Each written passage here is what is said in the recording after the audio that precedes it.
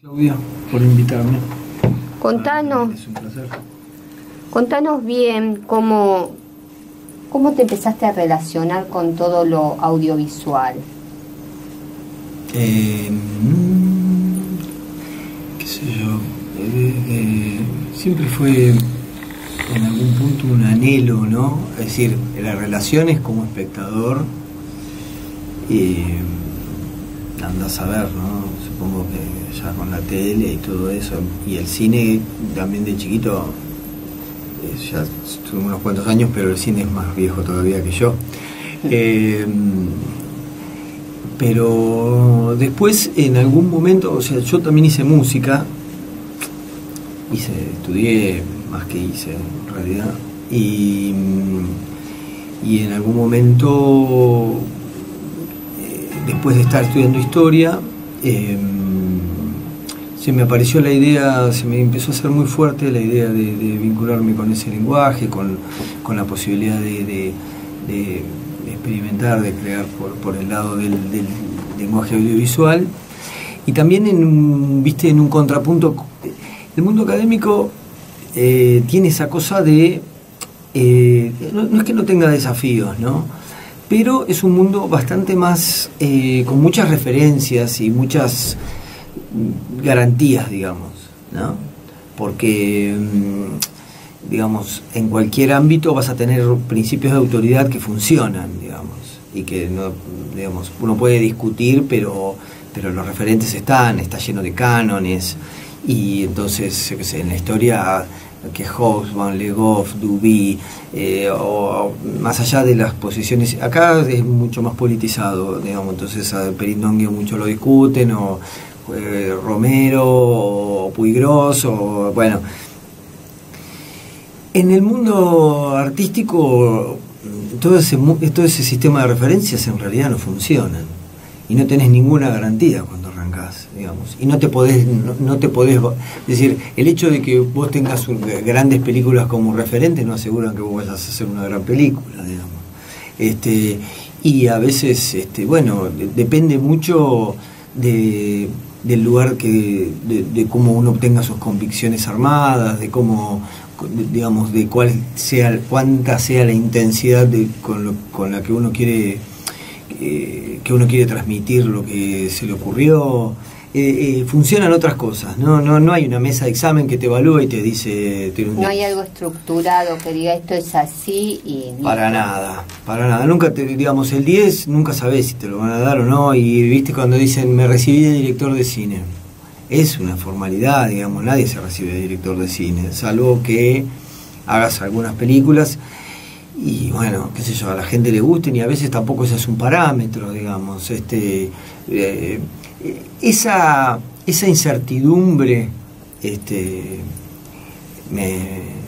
creo que es una de las cosas que más me gustan, digamos, de todo lo que tiene que ver con intentar crear algo, ¿no? Que siempre es recrear, ¿no? Pero bueno. ¿Y qué es lo que provoca esa incertidumbre en vos? Y muchas veces me quiero matar en un punto, porque ¿para qué me meto? Pero por el otro lado, viste, digamos, me parece que es como un resguardo de sostener la vitalidad, ¿no? De estar vivo, me parece. Perdón si me pongo cursi, ¿eh? Sí, hay alguna alarma que se prende una luz roja cuando digo muchas cursilerías, ¿no? Sí, como para precavernos. Y esa sensación, ¿no? Es la misma en el momento en que vos estás creando, ¿no? Estás haciendo una película, que en el momento en que vos como espectador que estás frente a una película que hizo otro. No. Bueno, viste, lo voy a decir con unas palabras un poco más delicadas, pero Hemingway decía que había que poder, que una de las cosas más difíciles que había para un escritor, o bueno, tomémosle para un artista, es poder reconocer sus propias porquerías, digamos, lo decía más groseramente, pero es muy difícil. Yo estoy tratando de ver si puedo ponerme en el lugar de espectador de lo que yo mismo hice. Muy difícil, es una de las cosas más difíciles para mí. Realmente cuando yo estoy mirando una película la puedo mirar y la disfruto, no la disfruto, la analizo, la veo, la evalúo, puedo establecer aquellas cosas que me parecen que están bien, que me parecen que están mal, que a mí no me gustan, bueno, con lo que yo mismo hago es muy difícil, realmente muy difícil. Sé que hay cosas personales, ¿viste? En juego también, en cuanto a juicios, a ciertas cuestiones que se aparecen, ¿no? Digamos, a veces uno también se boicotea bastante a sí mismo. Bueno, ¿Vos solés boicotearte? Sí. Si vamos al plano más terapéutico de la cuestión, sí. Juicios, ¿viste? Hay que evitar los juicios con uno mismo. Yo ahora estoy haciendo, hace ya un par de años, este va a ser el tercer año que estoy haciendo un taller con Ariel Barchilón. Ariel, hice un taller con Cartoon, el taller de Cartoon, pero en realidad Cartoon da como clases. Y después, para continuar la dinámica de taller, él tiene a dos docentes, que son Ignacio Apolo y Ariel Barchilón. Yo continúo ahora con Ariel, más allá del ámbito de Mauricio Cartoon, continúo con él personal, digamos, individualmente, en sus talleres particulares. E insiste mucho con estas cosas, ¿no? Con evadir los juicios, evadir las explicaciones, eludir, evitar las explicaciones. ¿Las explicaciones de tu obra? Claro, de lo que uno hace, digamos, mantenerse en un estado más perceptivo, más sensorial con lo que uno hace. Y creo que eso es muy saludable, eso a mí me gusta mucho, pero me cuesta un montón, la verdad que me cuesta un montón. ¿Para qué lo vamos a negar, no? Hiciste muchos talleres, ¿es importante hacer talleres? Acá, ¿te suman? A mí sí, pero bueno, conozco mucha gente que no los hace y de distintas disciplinas y está todo bien. No, realmente en la formación artística, lo que tiene que ver con la formación artística, definitivamente no hay una fórmula, ¿no? Por suerte, eso está buenísimo. Y puede tener digamos, puede tener valor formativo una experiencia determinada para alguien y para otro eso puede ser un embole que no sabe cuándo terminarlo, digamos. Entonces, al respecto, seguramente, por ejemplo, si querés hacer cine, va a ser bastante bueno que veas películas. Pero por ahí hay gente que vio pocas películas y con eso le alcanza, ¿viste? O sea, eso está buenísimo también. Es muy difícil cuantificar. Yo el otro día estaba escribiendo, ¿viste? Y decía, bueno, vamos a cuantificar en cuántas horas me va a salir un guión, ¿no? ¿Viste? Es decir, en el marco de la industria eso está cuantificado, ¿sí? Porque vos cuando estás produciendo, digamos, tenés que poder ponerle un valor y poder dimensionar y decir, bueno, en 40 horas, 50 horas, 100 horas saco un guión, digamos. Pero la verdad es que en el plano más estrictamente digamos poético, si se quiere, de la creación, es muy difícil establecer eso, ¿no? La productividad del tiempo. ¿Cómo es la productividad del tiempo en la creación artística? Es muy difícil. Es difícil, la verdad. Por ejemplo, David Lynch, en un libro que es hermoso, Atrapa el pez, creo que se llama Atrapa el pez dorado, que cuenta mucho su relación con la meditación y un poco sus procesos creativos. David Lynch dice, por ejemplo, bueno, cuando vos vas a laburar, dice, tratá de tomarte 4 horas de mínimo. De esas 4 va a servir una, dice, por ejemplo, porque las otras 3 son parte de lo que tenés que hacer para poder entrar en un estado, digamos, ¿no? Sí, totalmente. No se puede entrar. Bueno, vos contanos cómo es tu proceso de creación. Mira, yo, por ejemplo, tuve la fortuna de laburar porque también es como estás, ¿viste? Sí, es cierto, no podés entrar automáticamente, pero cuanto más rápido lo hagas, mejor, digamos, ¿no? Vos me viste llegar al laburo, yo trato de ponerme escudos musicales y todo, ¿viste? Después también, digamos, la rutina, digamos, es muy difícil poder pensar una escena linda cuando te encontraste con la factura de luz, que al margen de los valores tenés que ir pagarla, te olvidaste, no sé qué, el banco, la tarjeta, digamos, montones de cosas. Todo eso es una especie de narcótico venenoso para la mente creativa, desde ya. Pero por ejemplo, para crear vos necesitas silencio, estar o podés estar capaz lleno de gente y te poner. Pero yo te decía, a veces me gusta estar en un bar. Eso, por ejemplo, Daniel Santoro, que es un amigo, el pintor. Daniel, es muy común que él trabaje en bares, ¿no? Haciendo sus bocetos. Obviamente después cuando sus cuadros estén en su taller, ¿no? Pero es muy común que trabaje en bares, ¿no? Y le gusta ese ambiente. Y ese ambiente es lindo para trabajar. A mí me gusta estar... Últimamente me gusta estar en casa porque, bueno, ahora vivo medio en un barrio y tengo un jardincito, entonces me siento cómodo. Pero la soledad me es importante. A veces me gusta poner música, a veces...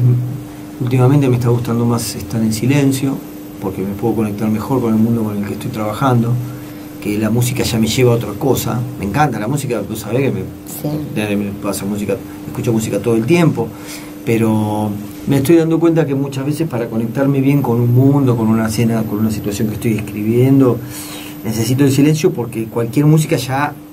Es como que te distrae. Pone una impronta, te pone en un tono que de repente no nada que ver.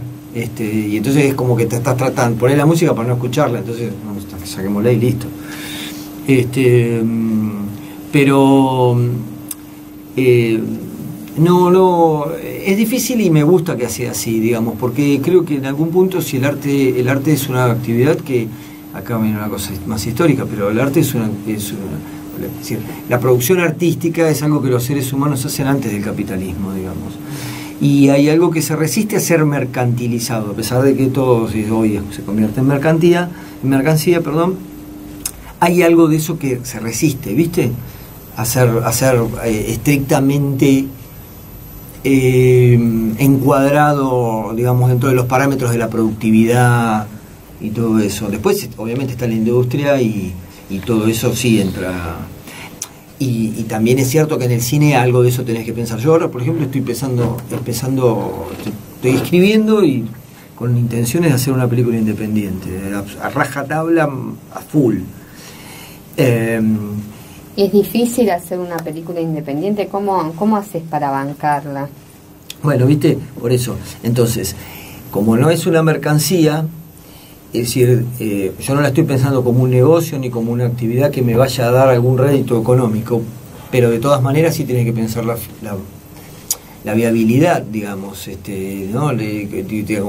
Sobre todo en el cine, los recursos y disponer de una organización y de todo un diseño de producción. Es difícil. En muchos aspectos es muy si lo querés hacer en relación a las instituciones y al marco institucional es recontra difícil, porque hay muchos trámites y muchas cuestiones que tienen que ver con la gestión de los proyectos, que es larguísimo. Yo no me estoy planteando nada por el estilo. Nada, lo voy a filmar con el celular, pero no quiero hacer mucha bandera de que lo voy a hacer. Hay gente que ha hecho una especie de marketing de eso, estuvo bien. A mí no me interesa hacer mucha bandera de que lo voy a filmar con el celular. Es una experiencia.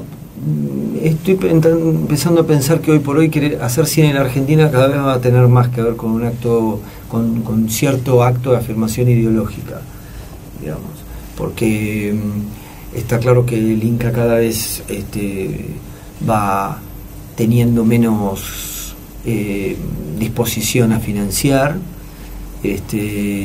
y por otro lado, yo a esta altura, viste, que puedo en la medida de lo posible pensar emprendimientos de este tipo sin tener no sé, no tengo ganas de ponerme a pensar en los 150 millones de planillas, trámites. Sí, porque a la vez todo eso te quita energía y es una pérdida de tiempo. No, y aparte, digamos, por suerte estoy hablando con, por ejemplo, algunas actrices y algunas compañeras con las cuales, y compañeros, digamos, con los cuales puedo acordar, digamos, un proyecto común en los cuales nos involucremos, que mi propuesta es muy clara y en todo caso cualquier rédito que el proyecto genere lo compartiremos, porque a mí me interesa poder hacer una película que me guste, que me satisfaga, que me no sé, que me produzca ese, digamos, satisfacción que te da una labor terminada, más o menos, donde uno pueda expresar la sensibilidad y las ideas que uno tiene y las posibilidades. Tengo la posibilidad, además, ojo, entiendo y respeto, y hasta yo también he participado de proyectos que tenían más que ver con una dinámica industrial o comercial, y está todo bien. Hoy este proyecto no. Creo que esa es la clave en un punto, poder discriminar. Este proyecto no tiene ninguna intención al respecto. Y bueno, es un proyecto, si se quiere, artístico, experimental, un riesgo, una apuesta. Después están, a mí, te digo más, a mí me gusta el cine, digamos, hay mucho cine, digamos, comercial que me gusta, y no entro en esa, no compro esa antinomia, digamos, ¿no? Sí, me encanta Cameron. Contanos acerca de todas las películas que hiciste, documentales. Hice un ciclo de ficciones interesante, hice un documental, el primer documental es en Catamarca,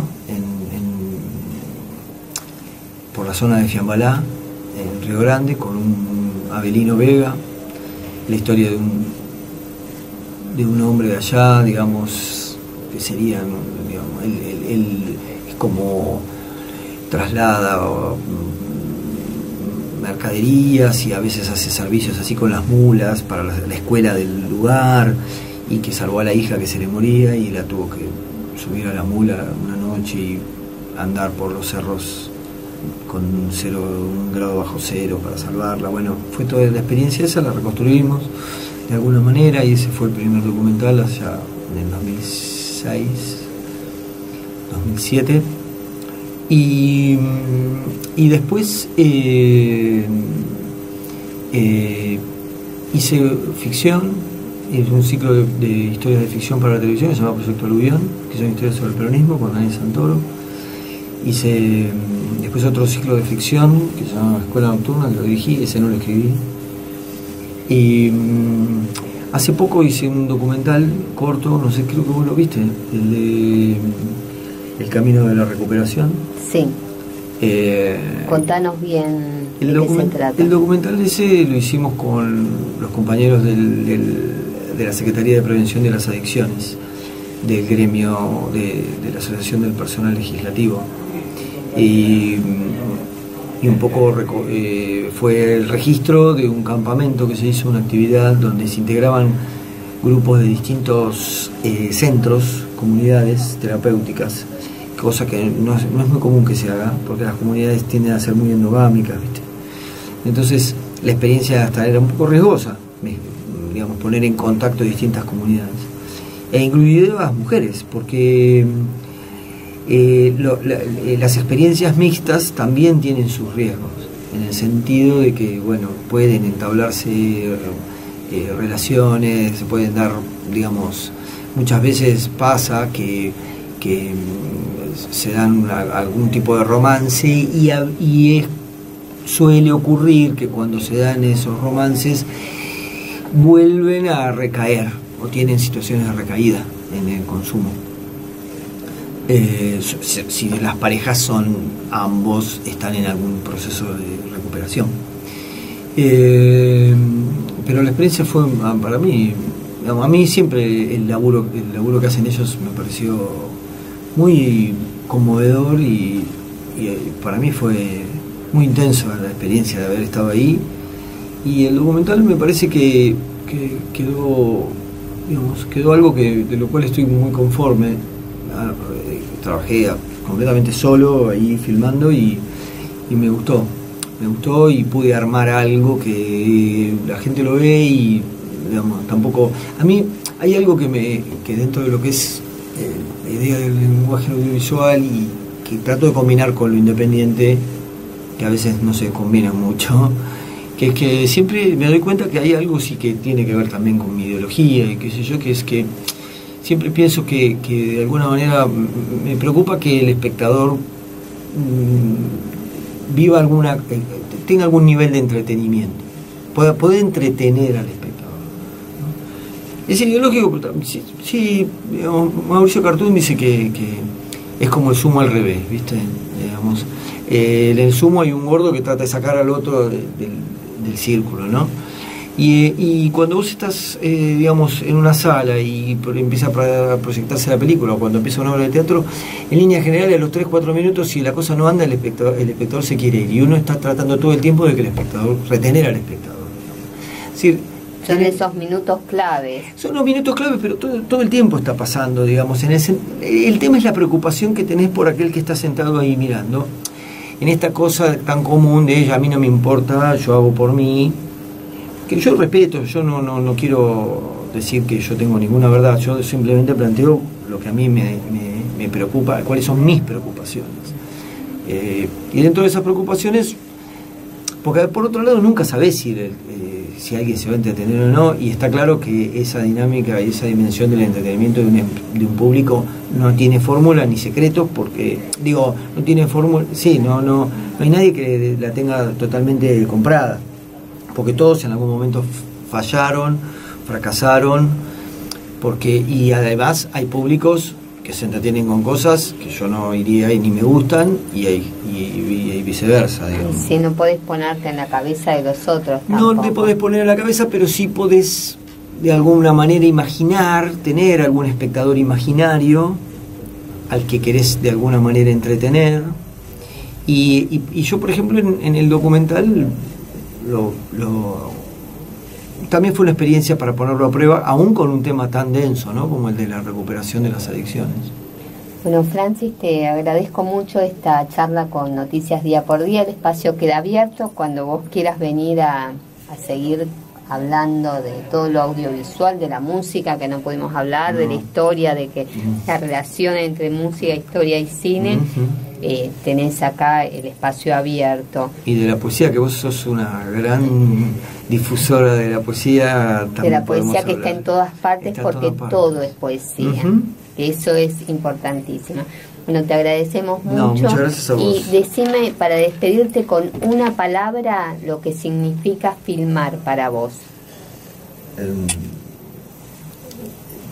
Desafío. Bueno, muchísimas gracias.